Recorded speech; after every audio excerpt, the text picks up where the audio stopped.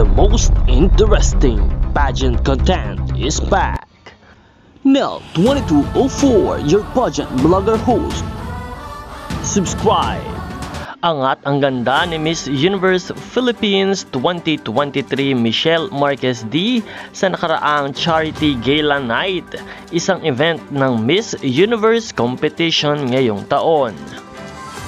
Talagang makikita sa aura ni Miss Universe Philippines ang class and glamour na talaga namang natural sa kanyang kagandahan.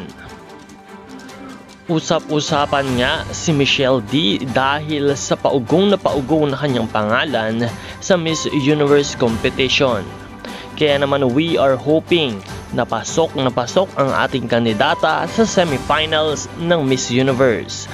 Nalalapit na nga ang preliminary competition, swimsuit, a gown na talaga namang inaabangan ng marami mga Pinoy pageant fans.